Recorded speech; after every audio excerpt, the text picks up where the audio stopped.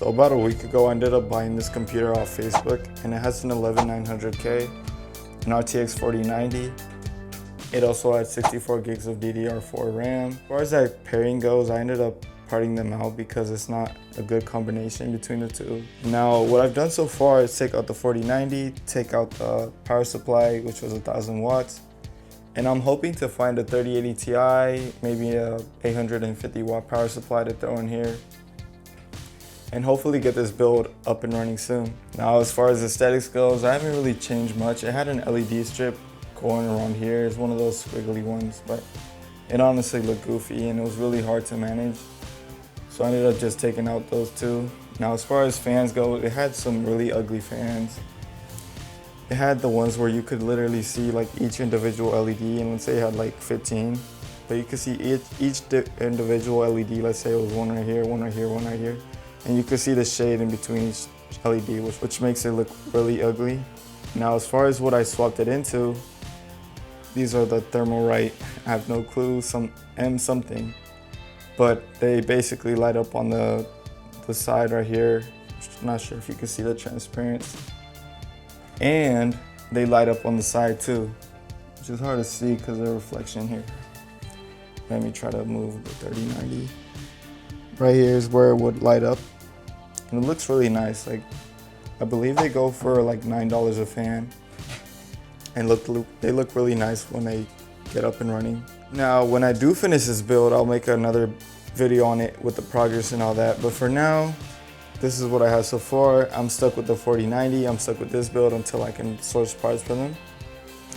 Now, as far as pricing goes, I ended up paying $1,500 for the combo. Now, locally, that's not a bad price, because right here in Las Vegas, where I'm from, they seem to be going for like 1,200, 1,300 used. And so I would say I paid, roughly sketching out or dividing the price of 1,500 between every component, I think I paid like 1,100 for the 4090, which is not that bad, not that good too, especially when you're risking buying this whole thing. Now, luckily, whenever you buy computers, people are usually open to letting you test out their systems and all that stuff. So always ask them if you can do it and you can test it up on their setup. And if they can, try to get an external SSD if you can. Load up Firmark for temperatures on the GPU, load up Cinebench for the CPU, UniEngine 4.0. Mark CPU Z is a helpful one. Now, of course, you can't get the full feeling, but at least by testing it out by like at least 20 minutes, it'll give you at least a safety net where you're like, at least it turns on or something. Because otherwise, if they're being sketched out of not letting you inside their house or not wanting you to test it out, and you could kind of tell, let's say you're dealing with a computer over $600, I would say stay away from it. It's just not worth it. And most of the time, since these people are not meeting you at their house, they're meeting you at some public space where they could be even faking a Facebook profile or something like that. So I usually tend to stay away from that, and I try to be straight up honest with people and tell them, if I can't test it out, I'd rather not purchase the item.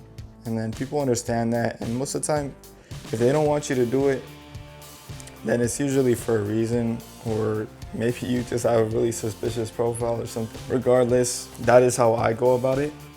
Now, I know some people might be scared to go into houses, but you could usually get a sense of how people are just by talking to them through messages. Now, I'm not saying this is always the case. There will always be exceptions to this, but usually having a nice conversation and having a pleasant, like, I guess if they're responsive, if they're good with their time, if they're being friendly, if they know English well, these are usually key indicators that they're good people overall.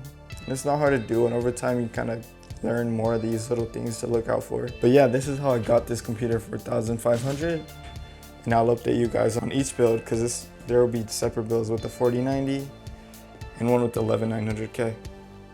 Now, as far as pricing goes, I'll try to put up a sheet just to give you guys an idea. Here's the build. It has an 11900K, 4090, 64 gigs of RAM, 2 terabyte SSD. It was an 011 clone. I'm not sure the exact model, that's why I just put clone. It has a Z590 motherboard, an EVGA 1000 watt, and I didn't put the pricing here, but I paid $1,500 for it. So before I ended the video, I wanted to give you guys some perspective of how big this card is. So this is my palm. I'm not sure if my hands are regular or not, but here's my palm. And this is my hand as a whole, right? My palm is not as big as that fan. So it's pretty massive stuff. And this isn't outrageous, but when you start looking at the thickness, my goodness, like this, let's say, this is hard to give you perspective because you can't see it in person, but here, look. Here are my 4 fingers. It's dang near at the top, which is insane. And it's just amazing, but that is the reason why I thought this thing was sagging in the first place, but it ended up luckily being just this screw that wasn't holding both sides of the bracket right, and it's still kind of a bit popping out. That washer definitely helps, and it's definitely straightened out quite a bit. But yeah, that's just some perspective in the 4090.